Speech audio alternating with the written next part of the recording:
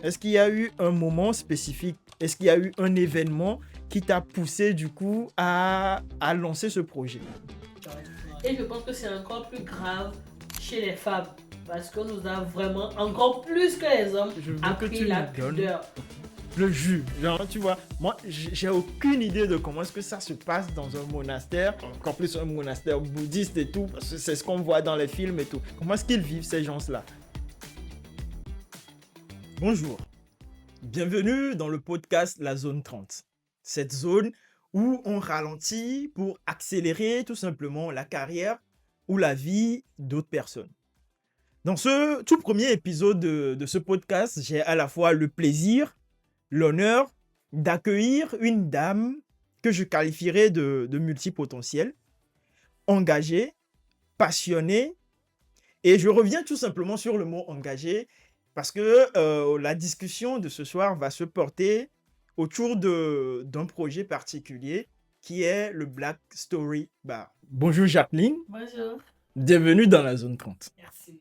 Alors, je te laisse d'abord te présenter. C'est qui Jacqueline? C'est toujours l'exercice compliqué. Je dirais que je suis Jacqueline. Je suis en dernière année d'études en ingénierie pharmaceutique. À côté de ça, je suis engagée auprès de plusieurs associations, notamment autour des sujets de l'égalité des chances, l'orientation à la carrière. Et à côté de ça, j'essaie de créer du contenu autour de l'Afrique, nos histoires, nos héros, de la plateforme Black Story Bar. Alors, dans cette présentation, il y a le mot engagement qui revient parce que tu es engagé auprès de pas mal d'associations. On va revenir autour de ce terme-là parce que je pense que ça décrit aussi ton parcours. Tout d'abord, merci de suivre ce podcast. Je vous invite à vous abonner. Ça ne prend juste que 5 secondes et ça nous permet derrière de faire grandir cette communauté et de pouvoir inviter d'autres personnes pour partager encore plus de parcours avec vous et de créer également des vidéos plus intéressantes et qui vont vraiment vous aider au quotidien. Jacqueline, alors ici dans la zone 30, nous avons un rituel, ce qu'on appelle le checkpoint 30. Le checkpoint 30, c'est une question surprise qu'on pose à chaque invité. Donc là, je t'invite à découvrir ta question et on va commencer comme ça et tu réponds d'abord à la question. Ah, ok, c'est d'accord. Oh, ok. Quel est ton super pouvoir social? Comme ça, je dirais ma capacité, en tout cas mon envie, je ne sais pas si ça se traduit forcément en compétence, mais mon envie de mettre les gens à l'aise. J'aime Ok. bien mettre les gens à l'aise, j'aime bien faire en sorte que les gens se sentent à leur place quand ils sont à m'écouter ou dans mon environnement. Hmm, très bien répondu. Et moi, je vais rebondir direct sur ça parce que c'est le tout premier sentiment que j'ai eu au premier contact que j'ai eu avec toi. Hmm. Et il faut le dire, tu crées des contenus sur les réseaux. Donc, il y avait mon entourage qui repartageait, qui republiait tes contenus. Donc, je te suivais déjà de loin. Merci. Et même sans te connaître, donc je ressentais ce truc de quelqu'un qui est toujours souriante, tu vois, très ouverte. Et on s'est rencontrés pour la première fois en Italie, à Turin, dans un contexte entrepreneurial. Et je dirais tout naturellement, tu vois, il n'y a pas eu ce truc où je me suis mis de côté, je me suis dit, le contact allait passer. Et quand je t'ai approché, c'était super fluide, tu avais un grand sourire. Et jusqu'à aujourd'hui, pour moi, ça a été, je trouve que c'est une très grande qualité et Merci. il faut le dire aussi. Est-ce que, du coup, euh, le fait de mettre les autres à l'aise, comme tu l'as si bien décrit, est-ce qu'on peut dire que c'est un mindset de positivité? Et si, bon, après la réponse à cette question, qu'est-ce qui t'a amené à, à être comme ça? Est-ce que tu as toujours été toujours souriante Ou est-ce qu'il y a eu un événement particulier de ta vie Mhm. qui t'a fait changer peut-être de Mindset. mindset par rapport à ça? Euh,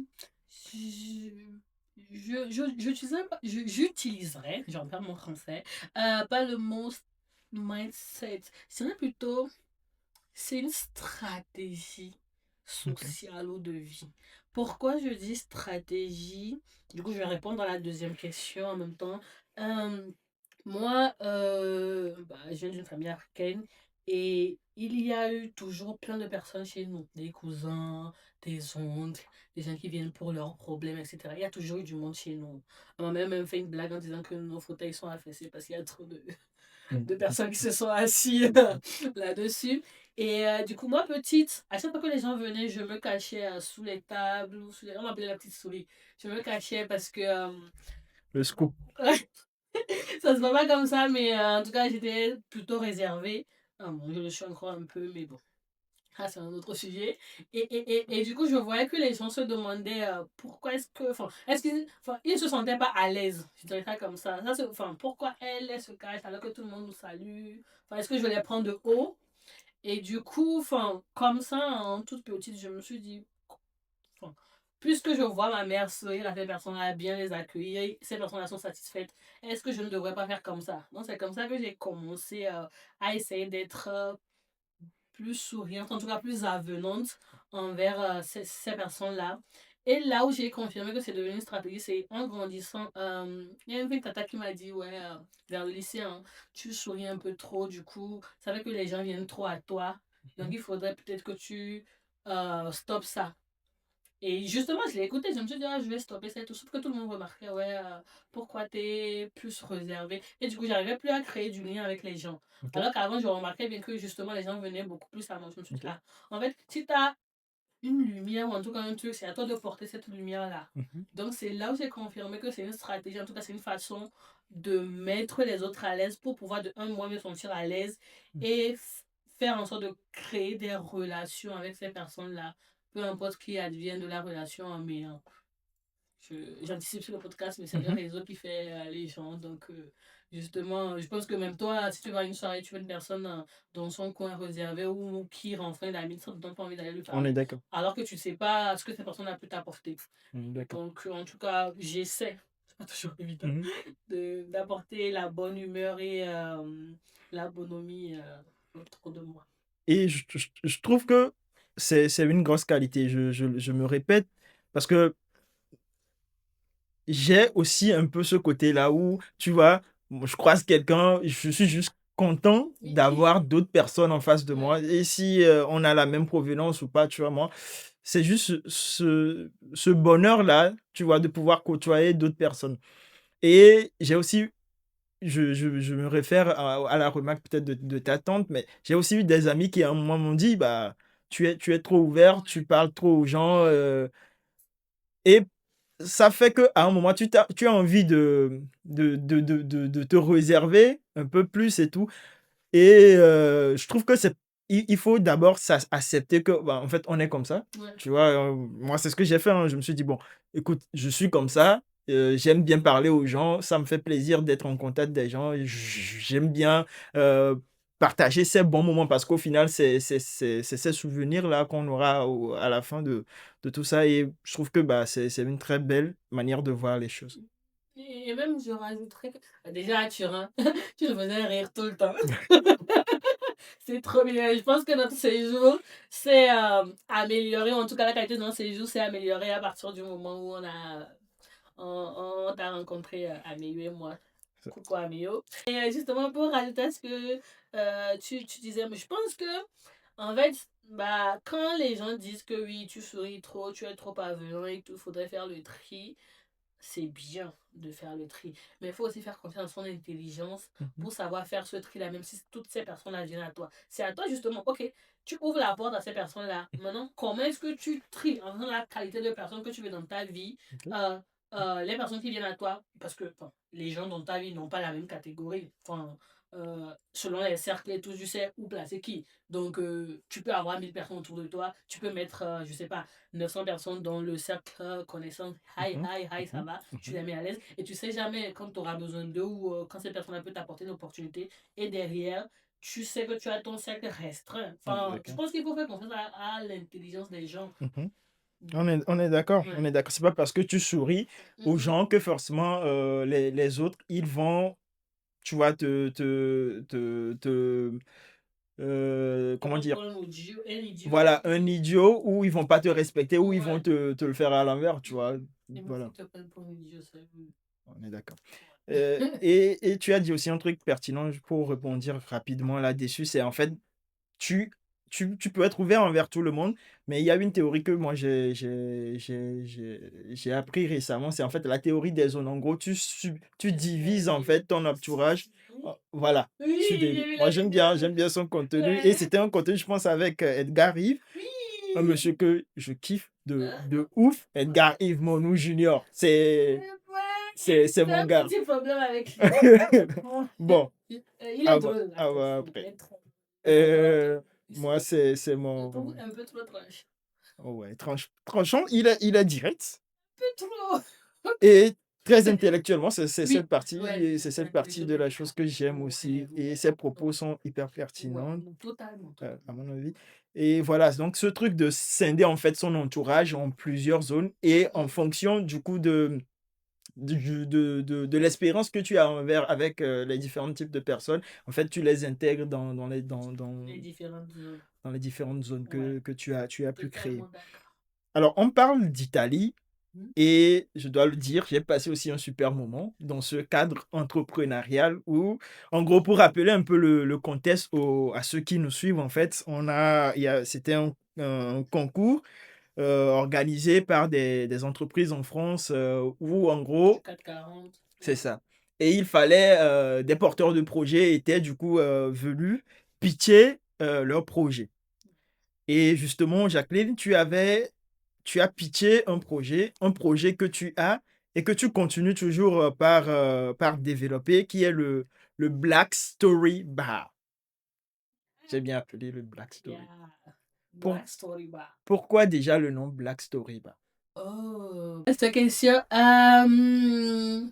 Pourquoi Black Story d'abord? Mhm, Pourquoi Black Story? Parce que, en tout cas, ce projet-là, je vais commencer plutôt comme ça, est né d'un ressenti d'absence de nos figures héroïques africaines ou d'origine noire dans tout ce qui est littérature, tout ce qui est médias, enfin partout. Enfin, partout, il y a un manque de représentation de nos figures.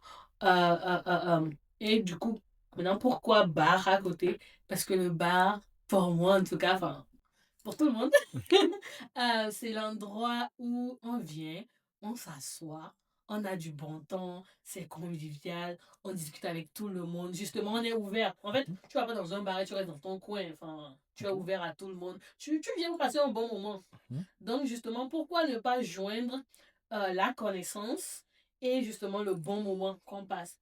Donc, c'est de là qu'est né le nom Black Story Bar. Un bar, on n'a pas de bar physique, mais l'idée, en tout cas, dans l'imaginaire, c'est un bar où tu viens, Ok. tu apprends avec du fun et tu repars avec un peu de connaissance et de la joie. C'est très bien répondu.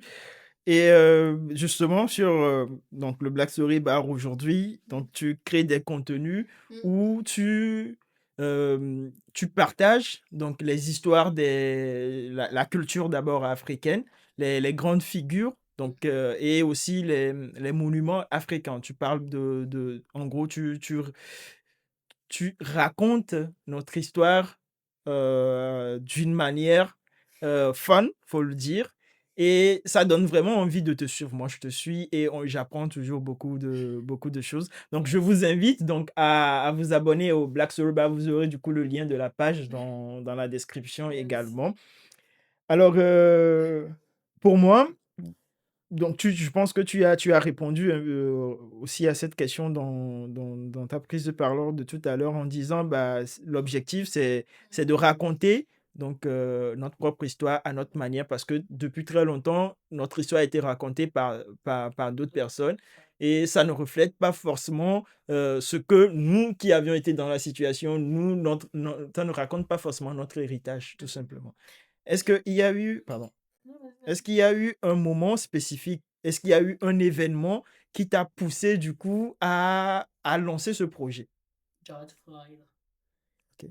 En fait, moi, il faut savoir que Black Story Bar ou pas, enfin, je pense, c'est une croyance que j'ai, que la connaissance, elle est libératoire. C'est important pour moi, en tout cas. J'essaie, hein, pas de la meilleure des manières peut-être, de transmettre autant que je peux la connaissance que j'ai autour de moi. C'est important. Pourquoi je dis ça? Quand il y a eu l'assassinat hein, de George Floyd, euh, je ne sais pas si vous vous souvenez de la tension. En tout cas, il y avait, en tout cas, de mon ressenti, peut-être que j'étais sur Twitter, donc ça amplifie les choses. Il y avait une réelle tension, un réel sentiment de, en fait, je pense que, en tout cas, moi, c'est le moment où j'ai senti le plus le mépris qu'on a envers la communauté noire. Et je me suis dit, mais pourquoi est-ce que ces gens-là nous méprisent autant? Mmh. Et, et la conclusion à laquelle moi j'étais arrivée, c'est qu'ils ne nous connaissent pas. Ils OK. ne savent pas d'où on vient, ils ne comprennent pas pourquoi nous avons nos pratiques. Et du coup, quand tu ne connais pas quelque chose, ça te fait peur. Mmh. Maintenant que c'est dit, ils ne nous connaissent pas. Mais est-ce que nous nous connaissons suffisamment pour faire en sorte que ces personnes-là nous connaissent? En fait, non. Parce que notre histoire, bah, elle est ce qu'elle est. Elle a été racontée par des personnes qui sont venues prendre un pan de notre histoire et volontairement ou involontairement raconter à leur guise cette histoire-là. Du coup, ça fait que, est-ce que c'est vraiment notre histoire, c'est quelqu'un d'autre qui nous la raconte? On ne sait pas. Tu vois. Mmh. Donc, moi, en tout cas, l'idée hein, ou le but ou l'envie que j'avais à ce moment-là, c'est de faire en sorte que notre histoire soit racontée de un par nous, du coup par moi, parce que je suis une personne noire, et de deux, qu'elle soit racontée de la bonne des manières pour que nous apprenions à nous connaître, pour que les autres apprennent à nous connaître, qu'on puisse vivre en symbiose. On puisse, enfin, je sais pas, si je sais que, enfin, je dis n'importe quoi, ça n'a aucun sens Mmh. peut-être, hein, que je sais pas, tu as une habitude bizarre. Oui, je sais pas, que tu es togolais et J'ai que des habitudes bizarres, mais je ouais, bon, c'est la fin. Que tu es, enfin, que tu es ivoirien, je dis n'importe quoi. Et OK. que tu manges de la cigarette tous les jours, je peux trouver ça bizarre. Et dis, mais pourquoi, enfin, tu n'as pas de bonnes habitudes alimentaires, c'est grave, machin, machin. C'est ton histoire. C'est parce que c'est avec ça que tu as grandi, c'est ta culture. Et enfin, peut-être même que je me méprends en pensant que tu manges de façon non healthy. Parce que toi, tu sais comment gérer ça pour bien manger. Bref, toi, tu connais ton aliment, tu sais les nutriments que ça t'apporte. Moi, j'apprends et je comprends pourquoi tu manges de la télé tous les jours. Et du coup, bah, je te laisse chill de manger de la télé. C'est vrai que c'est l'exemple le plus parlant. Désolée, la caméra me stresse.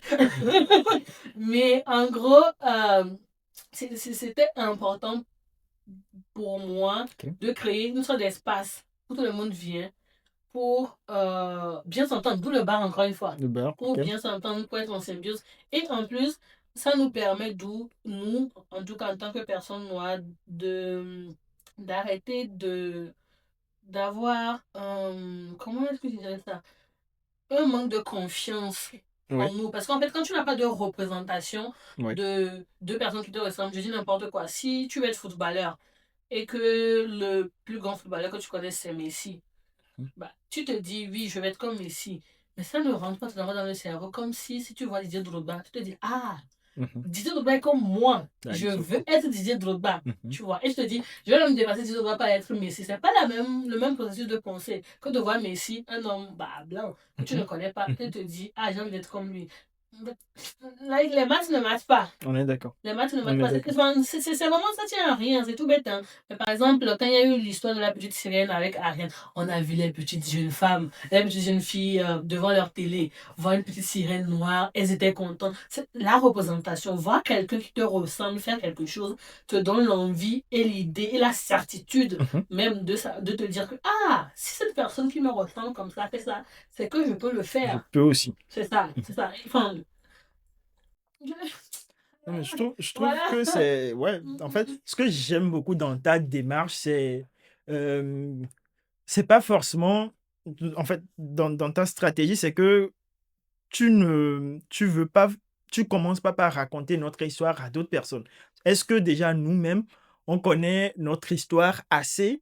Parce que connaître là d'où on vient, connaître ses valeurs, ça renforce énormément la confiance en soi, tu vois? Et moi, parfois, faut le dire, je découvre certaines choses sur tes pages et j'avais pas l'info. Mm. Et il faut c'est maintenant, moi, je fais beaucoup d'efforts pour me dire: «Bon, OK, c'est quoi mon histoire?» C'est vrai, l'histoire quand même locale de chez moi, je la connais, très bien, mais l'histoire de l'Afrique en général, à part ce qu'on a eu à faire à l'école, il y a certaines subtilités que tu en On fait, n'a tu pas. n'as pas parce que le système pédagogique a été fait d'une manière à ce que on garde bon ça c'est peut-être, une théorie complotiste, mais qu'on garde en fait une supériorité en fait sur vous dès le bas âge, tu vois? Et Même, excuse-moi vas-y. de t'interrompre. En fait, quand tu prends l'histoire de quelqu'un que tu vas la raconter, avec la plus grande des bonnes volontés, Mmh, tu ne vas jamais la raconter comme la personne. mmh, Parce que tu viens de quelque part, en mmh fait. mh, Tu vois? Donc, au-delà des théories, bon, je pense que même avec la plus grande des volontés, si ces personnes-là voulaient raconter notre histoire, ils ne sauraient jamais la la raconter raconter. aussi bien que nous.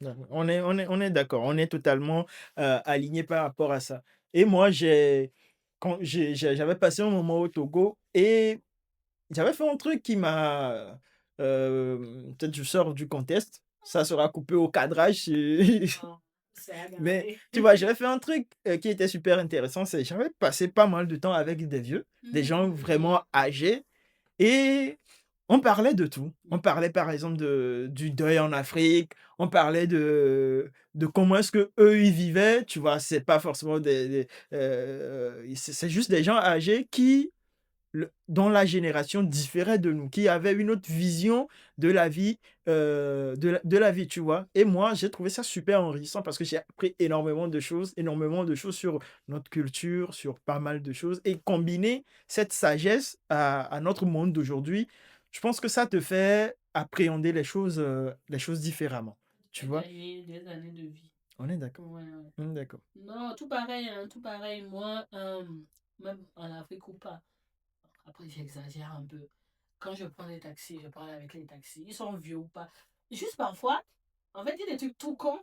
Tu peux être en désaccord avec la personne, mais juste pour voir l'état d'esprit dans lequel la personne est et ce qu'elle dit. Tu n'as pas besoin de prendre l'information. Enfin, comment je dis, être d'accord avec l'information, mais juste tu la prends et tu Mmh. la processes comme tu la processes, quoi.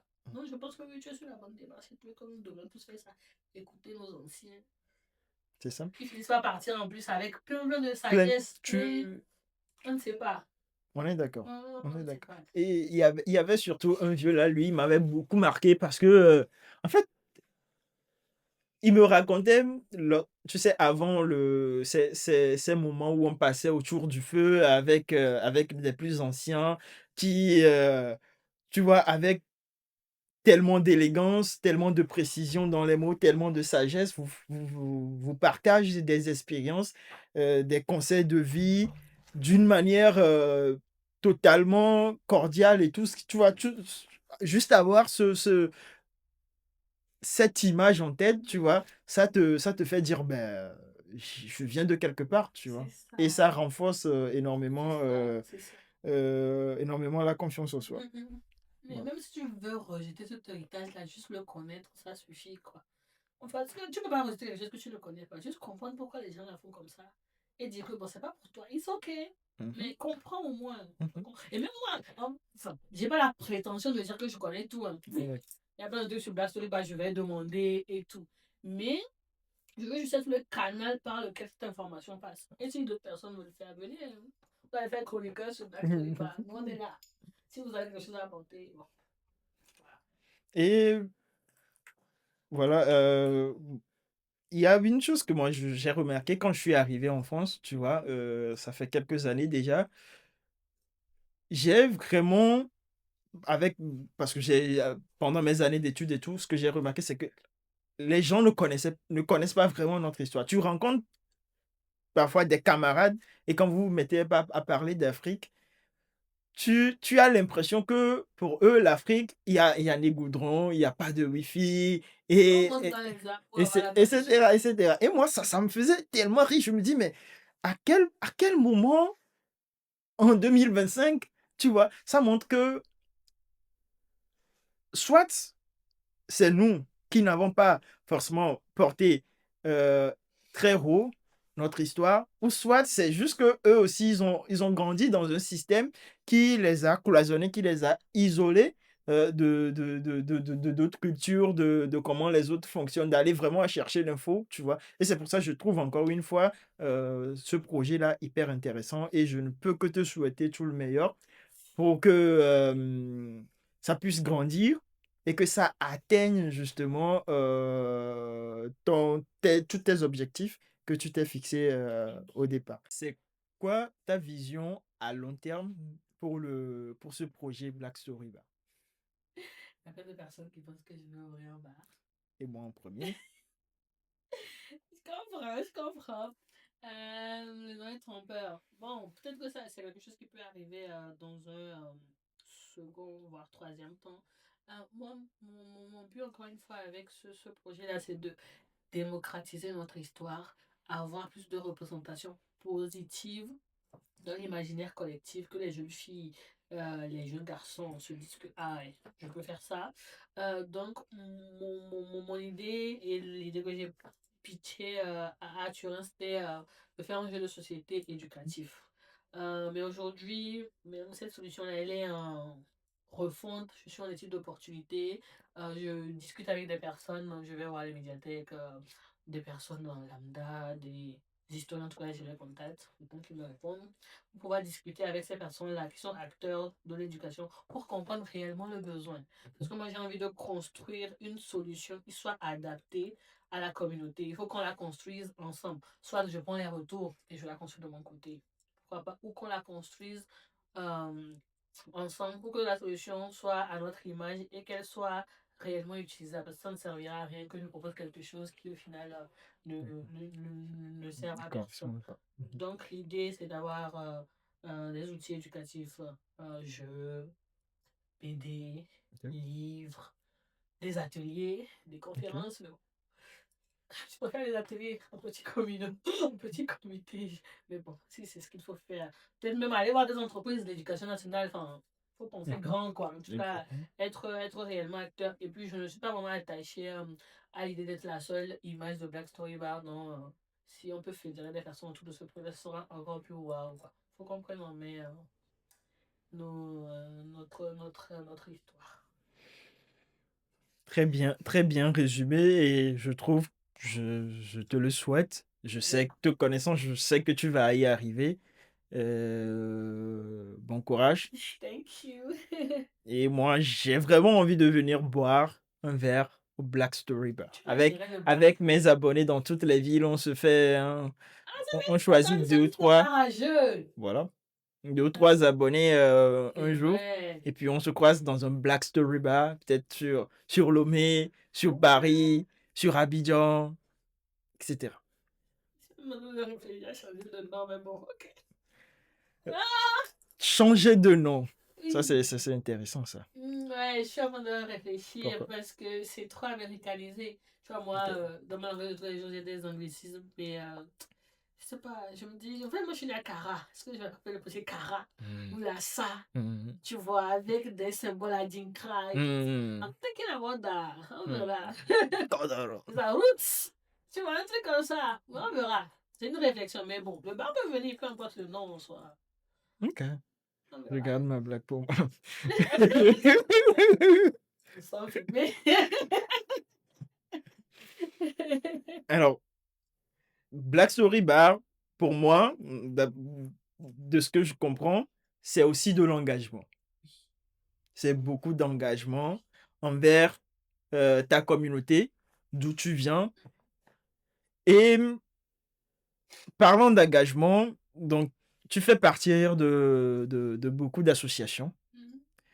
Alors, Tu aides, tu es mentor, tu as été mentor, ou je sais plus si tu continues de l'être, mais voilà, sur pas mal de projets. Donc, je vais te laisser nous parler de ces associations. toutes. Ouais. pas forcément toutes, mais si tu as certaines en tête que tu as envie de partager justement la mission, tu vois, que tu t'es fixée ou que l'association s'est fixée et que tu contribues dans ces différents objectifs. Moi, tu sais, quand j'ai commencé par déjà mettre en place mes projets, commencer par tourner des vidéos, par créer des contenus et cetera, il y avait au début ce sentiment où tu te dis: «Je suis qui Hmm. pour parler aux autres? Je suis qui pour partager mon expérience?» Hmm. J'ai pas forcément, tu vois, ce truc hem, de réussite sociale, tu te dis: «Tu n'as pas forcément cela ou la légitimité en gros pour pouvoir te montrer face à une caméra, partager ton expérience ou bien ton quotidien pour aider quelqu'un», tu vois? Et moi, il m'a fallu un peu de temps, tu vois, pour me dire: «En fait, c'est pas juste le fait de raconter ton histoire, que ça soit, une petite réussite, un échec, ça peut aider quelqu'un, tu Hmm. vois, à mieux réussir ou bien à tout simplement éviter des échecs.» Et j'ai beaucoup travaillé sur moi pour arriver à dépasser cela. Je sais pas si toi aussi, dès le début, parce que c'est pas facile d'être mentor de quelqu'un, en gros, c'est quelqu'un qui dépend en griffe de toi, tu vois? C'est pas facile de faire cet exercice-là. Mais est-ce que toi aussi déjà, à tes débuts, tu as eu ce sentiment ou bien c'est venu tout naturellement? Ok. Je vais parler de mon association Chouchou, article 1. OK. C'est... Je les aime d'amour. Ils font un travail formidable. Moi, j'ai toujours, aussi longtemps que je me souvienne, été engagée associativement depuis le Togo, hein. Enfin, Mmh. après, j'étais pas dans des associations fort, fort, fort au Togo, mais ce que je veux dire, c'est que aider dans le quartier, donner des cours de soutien, des trucs comme ça. Et même, en vrai, le CVAV, j'étais chez les scouts. Euh, CVAV, c'est quoi? ah ouais, CVAV, c'est en gros une communauté d'enfants. Les cœurs vaillants, en gros, c'est dans l'église catholique. Une OK, communauté d'enfants, on OK. chante, on fait des activités, etc. Et du coup, quand j'étais chez les CVAV, je ne sais plus à quelle période exactement, je pense que c'était en fin d'année, on allait faire du porte-à-porte pour récolter de l'argent pour pouvoir aider d'autres personnes, par Mmh. exemple. C'était pas juste pour s'amuser, quoi. Et par exemple, chez les scouts, on aidait bah, au service de la communauté. Tu vois, on aidait. Enfin, on aidait quoi. OK. Ce serait trop long Mmh. à détailler. Bref, ensuite, je suis arrivée en France. Faut savoir que moi, je suis arrivée en France après mon bac pour mes études et I was lost. J'étais vraiment perdue. Perdue parce que bah déjà, moi, chez moi, on me faisait tout. Donc, je OK. dois payer les factures, je dois gérer mon alimentation, je dois aller à l'école, je dois rapporter des résultats. Mmh. En fait, je faisais des études, enfin, pas simples. Donc, tout ça, euh, au début, je me suis dit non, je peux handle ça. Bon, c'est moi, je suis courageuse. Mais moi, je me suis rendu compte qu'en fait, ça me dépassait un peu. Et quand je me suis rendu compte que ça me dépassait, j'avais pas le réflexe d'aller voir mes parents parce que je me suis dit, ils sont loin, ils vont avoir peur. Mmh. Donc maintenant, je me confie à qui, je fais comment. Et comme tout jeune qui se respecte, j'étais sur Instagram quand j'ai vu une publicité dans la story d'une jeune femme, Grimpe d'ailleurs, pour la solution Instagram, qui partageait ses tips de la vie étudiante, etc. Elle a OK. parlé d'article 1. Donc c'est comme ça que je me suis inscrite à article 1 pour demander un mentor. C'est comme ça que j'ai rejoint l'association. J'ai demandé un mentor. Du coup, comme moi je suis dans la pharma, on m'avait donné du coup, bah, comme mentor une pharmacienne adorable, je l'aime d'amour. Euh, et bah, elle était devenue ma psy gratuite. Parce que OK. je parlais un peu d'études, je parlais de ma vie, enfin, comment rendre ça, comment rendre ça. Et elle m'a accompagnée. Et je me suis rendu compte qu'en fait, je cherchais un mentor pour mes études ou je ne sais pas exactement ce que je cherchais à ce moment-là, mais je pense que c'est ça. Mais j'ai trouvé une sorte de grande sœur. Elle n'avait pas forcément les réponses à tout, hein, Mmh. mais elle faisait de son mieux pour pouvoir apporter ces réponses-là. Mmh. Du coup, ça m'a rappelé quelque chose. Mon père, mon père a toujours dit que, en tout cas, sa vie à lui n'a pas de sens si elle ne sert pas une cause. Et j'étais là, oh, les vieux. Deep. J'étais là, oh, les vieux. Mais du coup, en fait, quand j'ai vu faut biper son nom. J'ai vu l'implication qu'elle avait pour m'accompagner. Je me suis dit, en fait, cette personne ne gagne rien, mais elle est aussi dévouée. Ça m'a rappelé mon père. Et je me suis dit, parce que tout ce que je faisais avant pour moi, c'était pas vraiment de l'engagement, c'était avec les amis. Je me suis dit, comment est-ce que je peux rendre à la communauté ce qu'on me faisait? C'est comme ça que je me suis un peu plus engagée auprès d'articles. Du coup, moi, à mon tour, j'allais dans des lycées pour faire des ateliers. J'ai fait un service civique avec eux pour faire des ateliers aux jeunes, parler de comment est-ce qu'on arrive à l'université, comment ça se passe, les bourses, c'est quoi les codes professionnels. C'est comme ça que je me suis formée, j'ai appris c'est quoi les codes professionnels, comment on revoit un CV, une lettre de motivation, euh, comment est-ce qu'on quitte son pays. Parce que je ne me rendais pas compte d'à quel point c'était pas aussi naturel pour les gens. Même parfois, moi j'étais à Clermont, l'idée de quitter Clermont pour aller étudier à Lyon faisait tellement peur aux gens. J'étais là, mais moi j'ai quitté Lomé, chill. J'étais contente. Bon, c'est à l'arrivée que j'ai découvert les problèmes. Mais genre, je suis partie naturellement. Du coup, je me suis rendu compte qu'il y avait vraiment une réelle problématique. En tout cas, il y avait besoin d'accompagnement sur cette problématique-là. Donc, derrière, du coup, chez Article 1, ils ont fini par ouvrir un accompagnement vers le SUP. Donc, en gros, on accompagne des lycéens entre la transition de la vie de fin de terminale jusqu'à la première année d'université. Donc, c'est comme ça que j'ai commencé par être mentor. Je ne me suis pas vraiment posé de questions. Je me suis dit, on l'a fait pour moi. Faut que tu rendes Ouais, c'est mon cela tour. à d'autres C'est personnes. ça, c'est mon tour de rendre ça. Donc, mais par contre, quand des questions commençaient à être posées, c'était, je ne connais pas la réponse, comment je fais?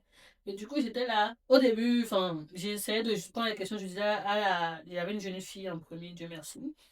Parce que les problématiques ne sont pas forcément les mêmes parfois. C'est pas toujours indépendant du sexe ou du parcours. Bref, c'est encore un sujet. Et je prenais la question et au début, j'essayais de réfléchir. Mais quand je voyais que je n'avais pas de solution, bah, je demandais à mon père, je demandais à ma mentor, à moi, etc., etc. Et au fil du temps, je me suis rendu compte qu'en fait, c'est juste du bon sens. En fait, je comprends la problématique que c'est, surtout pour nous les jeunes, de se sentir légitime. Parce que tu es en train d'accompagner quelqu'un vers un objectif que toi-même tu n'as pas encore atteint. Mais est-ce que tu as besoin d'atteindre un objectif pour pouvoir accompagner des gens? Exactement. Je ne pense pas. Déjà, tout simplement en disant, bah, moi j'ai raté ici, C'est ça. tout simplement parce que peut-être sur mon CV, Oui. j'avais pas mis tel élément. Bon, c'est pour ça on m'a dit après j'ai raté ce truc. Tu vois, ça aide quelqu'un d'autre, tu vois. Pas Exactement. besoin forcément d'être... Vous êtes sur le même chemin, toi tu es juste un peu en avance sur Voilà. le chemin. Donc tu lui dis, ah en fait, j'ai glissé là, fais attention, C'est ça. passons par là. C'est aussi simple que ça. Et derrière, bah, du coup, j'ai continué par, comme tu disais, être engagé auprès de d'autres associations et faire du mentorat. Là, aujourd'hui, je fais aussi du mentorat avec une plateforme aux États-Unis. Ça s'appelle Pico Carrière. Et en gros, je n'aime drop tout.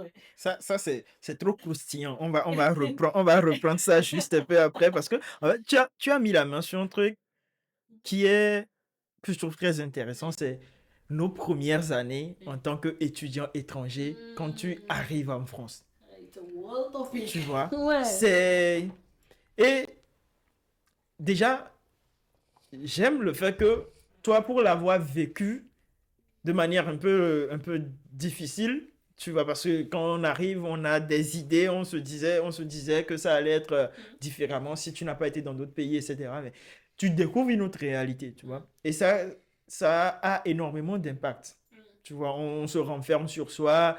Tu as beaucoup de problèmes en tant qu'étranger tout simplement dans un autre pays. Et moi, je me rappelle de ma première année, euh, ça, ça n'a pas été facile, tu vois. Déjà pour les déplacements, aller à l'école, etc., etc. Et dans ces moments, on a juste envie que quelqu'un nous aide et qu'il comprenne aussi la situation. Moi, j'avais eu la chance d'avoir mon oncle à côté en ce moment.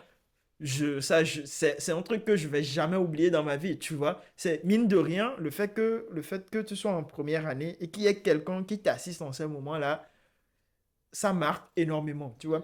Et je vais spoiler un peu. Moi, j'ai raconté un peu ma première année sur la page. Vidéo que j'ai vue et que vous deviez voir. C'est ça. Les jobs étudiants, tout ça. Et j'avais une idée aussi, c'est d'inviter d'autres personnes après à venir parler de leurs premières années, tu Absolument. vois. C'est une bonne idée. C'est Parce une que, très bonne idée. mine de rien, ça va, genre, ça va changer des choses, tu vois. Déjà, pour ceux qui arrivent, ils vont pas avoir certaines idées reçues, ils vont se dire la réalité va être autre. Et même si j'arrive et que c'est difficile, je tiens bon, ça change. Je sais pas pourquoi, mais c'est qu'à un moment, tu finis par passer ce cap-là Oui, et tu passes à autre chose. Mais oui. le plus important, c'est de tenir bon dans ces moments parce que c'est mental, c'est... Tu as une pression, déjà, les gens qui sont au pays vont te dire, bah, t'es parti, tu ne nous écris plus, alors que toi, tu vis une autre réalité ici, tu vois.